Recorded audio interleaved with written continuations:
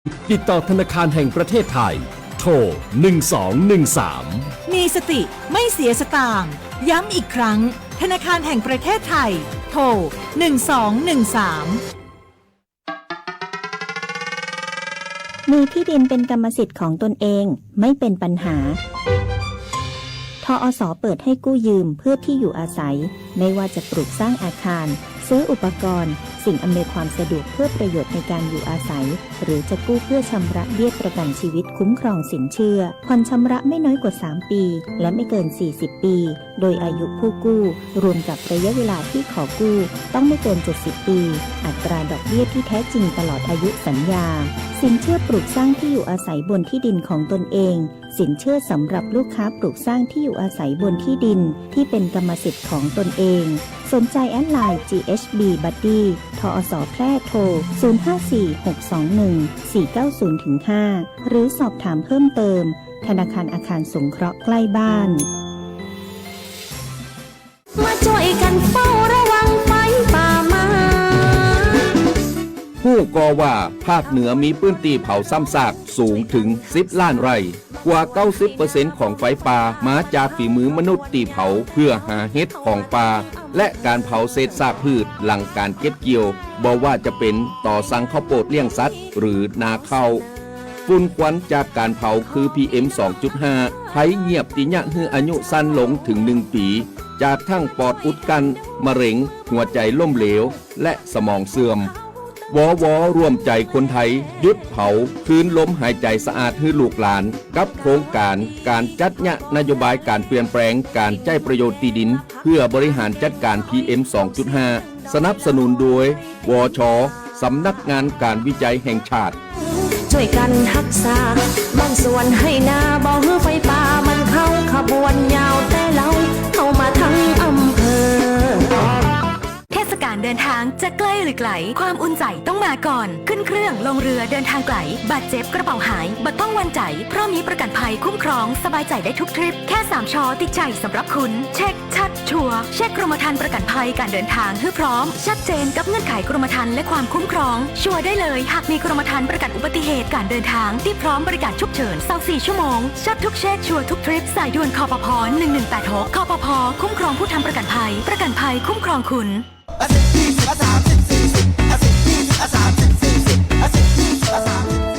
ถ้าความเร็วบนท้องถนนในชุมชนเป็นตัวเลขเหล่านี้ก็คงดีแต่ในความเป็นจริงยังมีผู้ขับขี่ใช้ความเร็วสูงและการขับรถเร็วเกินกฎหมายกำหนดยังเป็นสาเหตุหลักที่ทำให้เกิดอุบัติเหตุ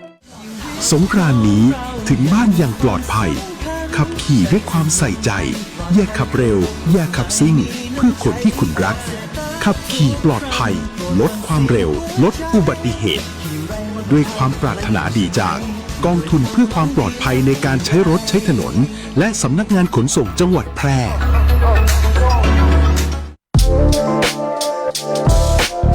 คุณกำลังฟังสวทแพร่ FM 91 MHz กรมประชาสัมพันธ์สถานีเพลงเพราะ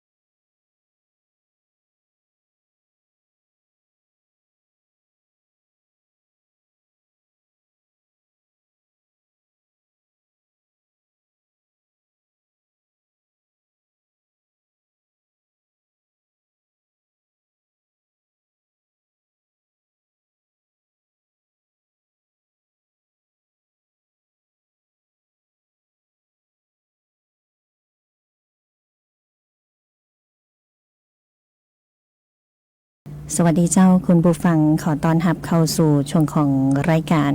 มวลใจใบสามนะเจ้าสัญจรปลอดภัยกับกรมการขนส่งทางบกโดยสำนักงานขนส่งจังหวัดแปร่นะเจ้าอยู่ด้วยกัน1ชั่วโมงตรงนี้นะเจ้าในช่วงของรายการเนาะก็มีข้อมูลข่าวสารที่เป็นประโยชน์ผลงานเพลงเพราะๆนะเจ้ามอบเพื่อแฟนรายการทุกท่านทุกคนวันนี้เราป้ากันวันอังคารตี28เมษายนนะเจ้าพุทธศักราช2569นะเจ้าก็นำเอาข้อมูลข่าวสารนะมาประชาสัมพันธ์กันในทุกๆวันนะเจ้าก็สามารถที่ตามฟังรายการทุกๆรายการของตั้งสถานีได้นะเจ้าตั้งแต่เจ้าจนมืดเลยนะแล้วก็รายการมวลใจใบสามนะเจ้าในช่วงของสัญจรปลอดภัยกับกรมการขนส่งทางบกโดยสำนักงานขนส่งจังหวัดแปร่ก็3 โมงเนาะถึง4 โมง1 ชั่วโมงตรงนี้นะเจ้าตะว้านะเตือนภัยเรื่องของสภาพอากาศกันไปนะวันนี้เนาะทางกรมอุตุนิยมวิทยาเปิ่นก็ออกเตือนนะเรื่องพายุฤดูร้อนบริเวณประเทศไทยตอนบนนะเจ้าฉบับที่2มีผลกระทบ29เมษายนถึง1พฤษภาคม2569นะเจ้าโดยประเทศไทยตอนบนของเฮาเนาะ29เมษายนถึง1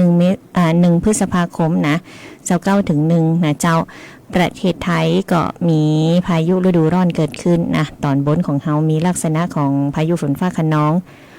ลมกระโชกแห้งนะลูกเห็บตกนะฝนตกในบางพื้นที่บางแห่งนะเจ้าแล้วก็จะมีฟ้าผ่าเกิดขึ้นได้ในบางพื้นที่ตัวนะเจ้าโดยจะเริ่มในภาคเหนือภาคตะวันออกเฉียงเหนือภาคตะวันออกก่อนนะเจ้าส่วนภาคกลางกรุงเทพมหานครปริมณฑลก็จะได้รับผลกระทบในระยะต่อไปนะเจ้าทั้งนี้ก็เกิดจากบริเวณความกดอากาศสูงมวลอากาศเย็นจากประเทศจีนแผ่ลงมาปกคลุมภาคตะวันออกเฉียงเหนือแล้วก็ทะเลจีนใต้เนาะในขณะที่ประเทศไทยของเฮาเนี่ยก็มีอากาศร้อนถึงร้อนจัดนะเจ้าก็ขอให้คุณผู้ฟังประชาชนระวังอันตรายจากพายุฤดูร้อนนะหลีกเลี่ยงการอยู่ในที่โล่งแจ้งปืนเก้าไม้ใหญ่สิ่งปลูกสร้างป้ายโฆษณาที่บ่แข็งแรงแล้วก็เกษตรกรเนาะจะต้องเสริมความแข็งแรงให้กับพืชผลไม้ผลผลิตทางการเกษตรของท่านนะเจ้ารวมไปถึงสัตว์เลี้ยงเนาะดูแลเข้าแหล่งเรียบร้อยแล้วก็รักษาสุขภาพในช่วงที่อากาศเปลี่ยนแปลงจะอีตัวนะเจ้าก็ออกเตือนเนาะสภาพอากาศเป็นฉบับที่2ของวันนี้นะเจ้าเรื่องของพายุฤดูร้อนบริเวณประเทศไทยตอนบน29เมษายนถึง1พฤษภาคมนี้นะเจ้าเตือนคุณผู้ฟังประชาชนเนาะก็คลื่นค่าสีทาจะคลื่นฟ้าคลื่นฝนมาแล้วเหมือนกันนะเจ้าในวันนี้เนาะแล้วก็อากาศอบอ้าวนะก็เตรียมความพร้อมเนาะเพราะว่าวันนี้28แล้วนะเปิ้นบอกว่าวันพุธ29เมษายนนี่นะก็จะเป็นพายุฤดูร้อนทำเหมาะนะคุณผู้ฟังแจ้งเตือนกันก่อนนะเจ้าฟังเพลงกันก่อนเนาะแล้วเดี๋ยวช่วงหน้าก็มีข้อมูลข่าวสารมาฝากกันเจ้า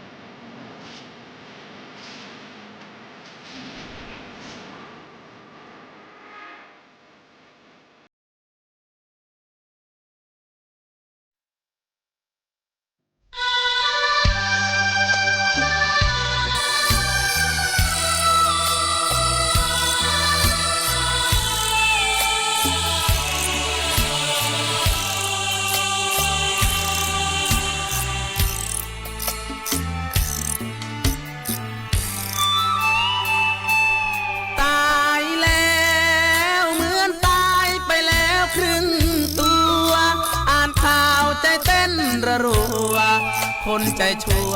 โหดร้ายเหลือเกินข่มขืนแล้วฆ่า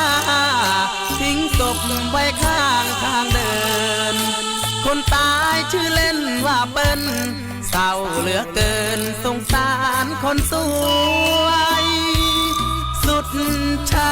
ำเหมือนโดนหอกยามตามใจอ่านข่าวดูภาพการตายนั่งร้องไห้หัวใจระทวย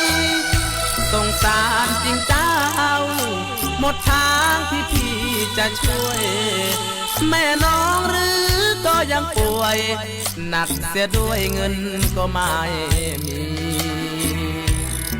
50 เดือนพอดีที่เจ้าทิ้งถิ่นเงียบหายไปเลยอยู่พินรู้จนสิ้นเจ้ากลายเป็นผีก่อนอยู่บ้านนาสวยโสภาน้องเป็นเทพีอยู่กทม4 ปีกลับเป็นผีไม่มีญาติโย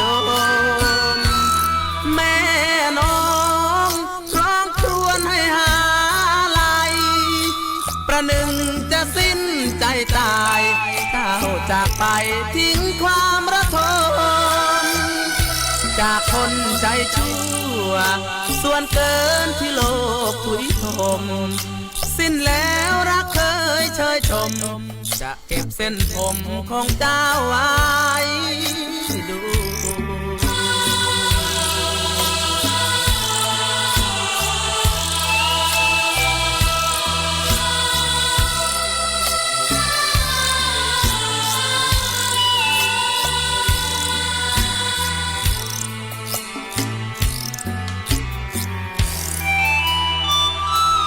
แม่น้องร้องครวญให้หาไหลประหนึ่งจะสิ้นใจตายก้าวจากไปทิ้งความระทมจากคนใจชั่วส่วนเกินที่โลกถุยทมสิ้นแล้วรักเคยเชยชมจะเก็บเส้นผมของเจ้าไว้ดู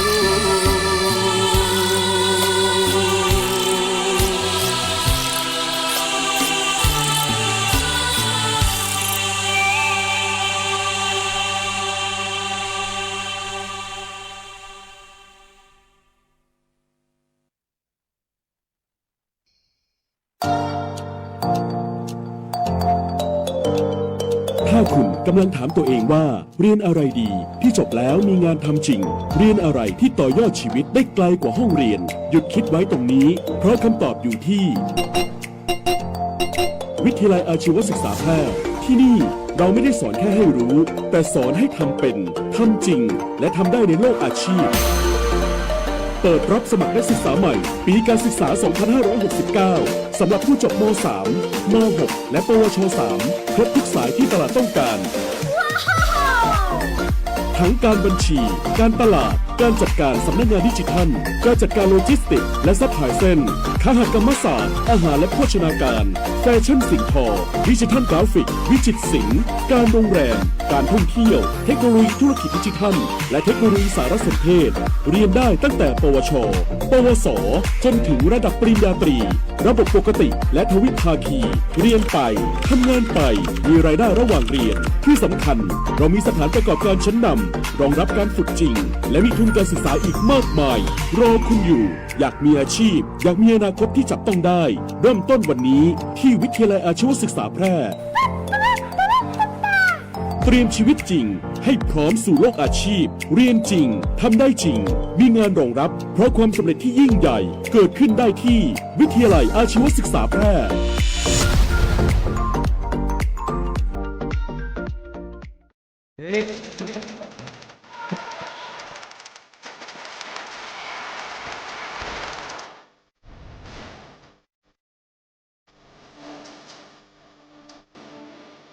เข้ายางแก่สุดโสมเสียหายเพื่อผลผลิตน้อยการยางแห่งประเทศไทยสนับสนุนปลูกแตนด้วยยางพันธุ์ดีไร่ละ 20,000 บาทและปลูกแตนด้วยพืชอื่นไร่ละ 12,000 บาทแค่เป็นเกษตรกรตีขึ้นทะเบียนกับกยท มีส่วนบนพื้นที่ดินถูกกฎหมายเก้าอย่างอายุเกิน25 ปียื่นกำขอได้ตามสิทธิ์เลือกรูปแบบปลูกแทนทั้งปลูกอย่างพันธุ์ดีไม่ยืนต้นเศรษฐกิจหรือสวนยางยั่งยืนมีเงินทุนพร้อมช่วยเหลือติดต่อได้ที่054-069-605 การยางแห่งประเทศไทยจังหวัดแพร่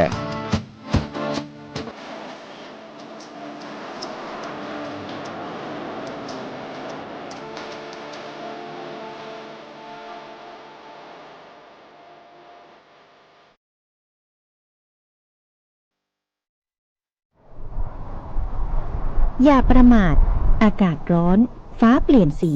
ลมกระโชกแรงนั่นคือสัญญาณของพายุฤดูร้อนและอาจจะเกิดฟ้าผ่ามีลูกเห็บตกในบางพื้นที่ได้อีกเตรียมตัวให้พร้อมปลอดภัยไว้ก่อนเช็คหลังคาบ้านให้ดีปิดหน้าต่างให้สนิทงดใช้โทรศัพท์มือถือในที่โล่งแจ้งขณะเกิดฝนฟ้าคะนองเกษตรกรต้องป้องกันความเสียหายที่จะเกิดกับผลผลิตทางการเกษตรติดตามข่าวสารจากกรมอุตุนิยมวิทยาอย่างใกล้ชิดพายุมาเร็วไปเร็วแต่อันตรายกว่าที่คิดด้วยความห่วงใยจากองค์การบริหารส่วนจังหวัดแพร่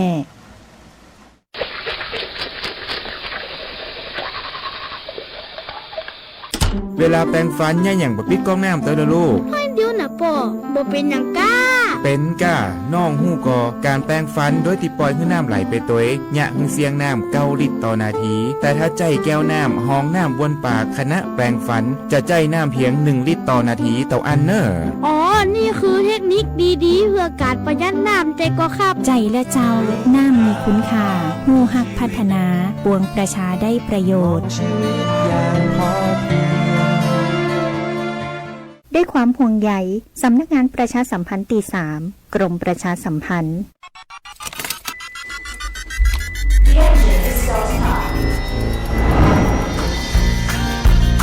ชีวิตวิถีใหม่ขับขี่อย่างปลอดภัยไร้อุบัติเหตุด้วยความห่วงใยจากสถานีวิทยุกระจายเสียงแห่งประเทศไทยจังหวัดแพร่ FM 91 เมกะเฮิรตซ์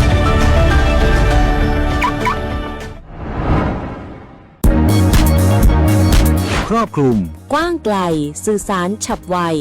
ฟังสวทแพร่ FM 91 เมกะเฮิรตซ์กรมประชาสัมพันธ์สื่อรัฐพัฒนาคุณภาพชีวิตคนจังหวัดแพร่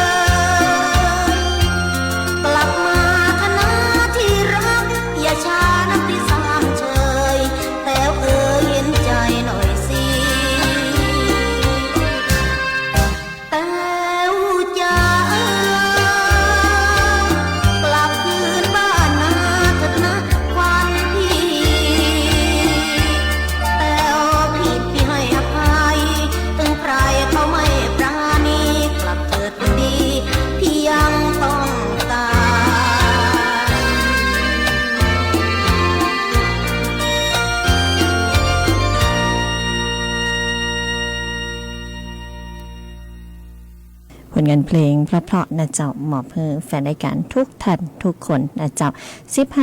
15:42 นาทีนะยังอยู่ด้วยกันในช่วงของรายการมวลใจบ่าย 3นะเจ้าช่วงของสัญจรปลอดภัยกับกรมการขนส่งทางบกโดยสำนักงานขนส่ง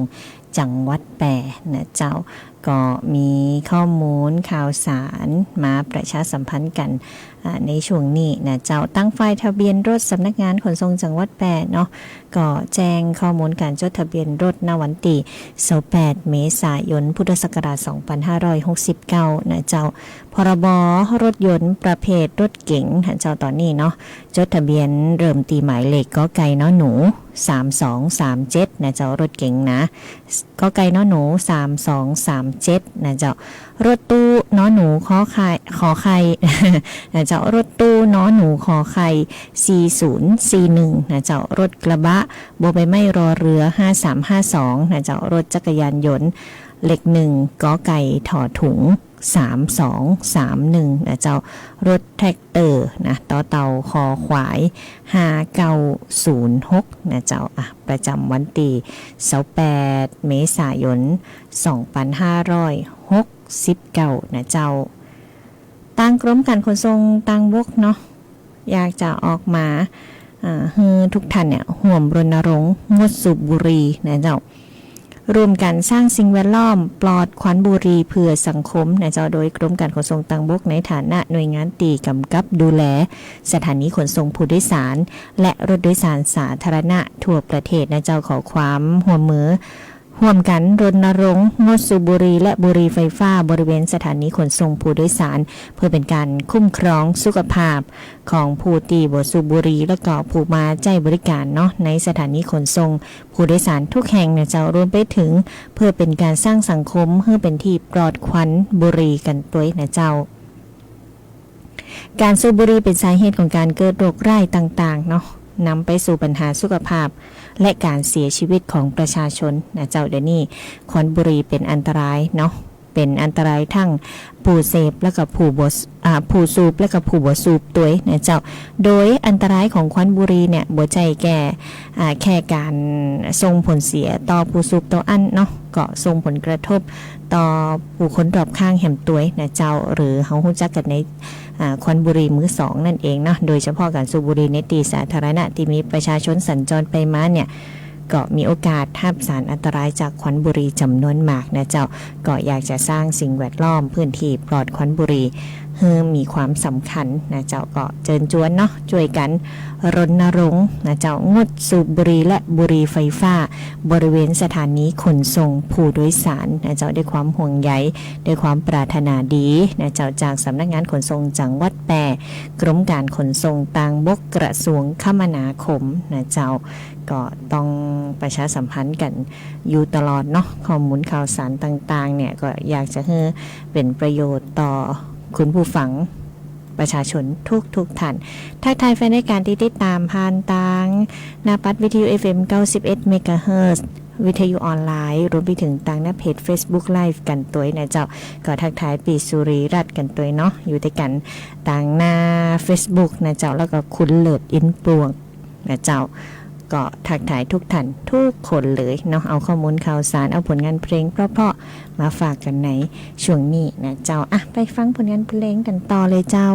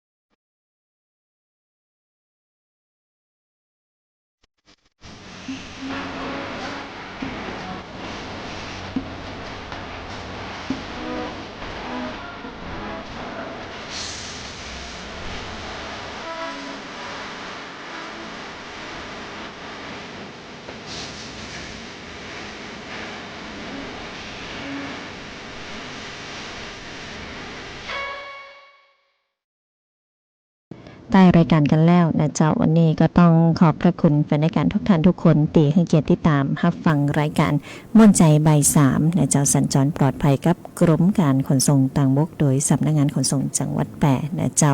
บ่ได้ลืมนะเจ้าไกลไกลบ่ดีขี้ข้านใส่หมวกกันน็อกเนาะหมวกกันน็อกเนี่ยให้เฮาลดความเสี่ยงต่อการเสียชีวิตได้นะเจ้าก็ห่วงใยการเดินทางการขับขี่ทุกตีทุกถนนทุกเส้นนะเจ้าห่วงใยทุกท่านทุกคนด้วยความปรารถนาดีเนาะจากสวทแปรแล้วก็ทางสำนักงานขนส่งจังหวัดแปรนะเจ้าวันนี้น้องปุ๋ยนำรายการจากลาคุณผู้ฟังไปก่อนเนาะส่งท้ายผลงานเพลงเพราะๆจนจบรายการเลยนะเจ้าเราก็พักกันได้ใหม่ในวันต่อไปวันนี้ลาไปก่อนสวัสดีเจ้ากองทุนเพื่อความปลอดภัยช่วง1 นาทีกับกปท.การขับรถขณะฝนตกผู้ขับขี่ต้องเพิ่มความระมัดระวังมากเป็นพิเศษเพราะถนนที่ลื่นจะทำให้เกิดอุบัติเหตุได้ง่ายประกอบกับทัศนวิสัยในการมองเห็นทางก็ไม่ดีนักผู้ขับขี่จึงควรใช้ความเร็วรถต่ำกว่าปกติโดยไม่ควรเกิน60กิโลเมตรต่อชั่วโมงและไม่เปิดไฟฉุกเฉินตอนฝนตกเพราะผู้ขับขี่คันอื่นอาจจะเข้าใจผิดว่าเป็นรถที่จอดอยู่จึงอาจจะหักหลบแล้วข้ามเลนไปชนกับรถที่แล่นสวนมาและที่สำคัญที่ปัดน้ำฝนต้องอยู่ในสภาพใช้งานได้ดีและเมื่อมีฝ้าเกาะบนกระจกควรเปิดสวิตช์ไฟละลายฝ้าหรือปรับอุณหภูมิของเครื่องปรับอากาศให้ใกล้เคียงกับภายนอกหรือเปิดให้อากาศภายนอกเข้ามาในรถจะช่วยลดการเกิดฝ้าให้น้อยลงได้ค่ะพบเห็นรถโดยสารสาธารณะไม่ปลอดภัยเอาเปรียบผู้โดยสารแจ้ง1584ด้วยความห่วงใยจากกปท.กองทุนเพื่อความปลอดภัยในการใช้รถใช้ถนนกรมการขนส่งทางบกค่ะกองทุนเพื่อความปลอดภัยภูมิใจให้ความรู้ประชาชนหวังให้ปลอดภัยกับทุกคนทุกแห่งหนประชาชน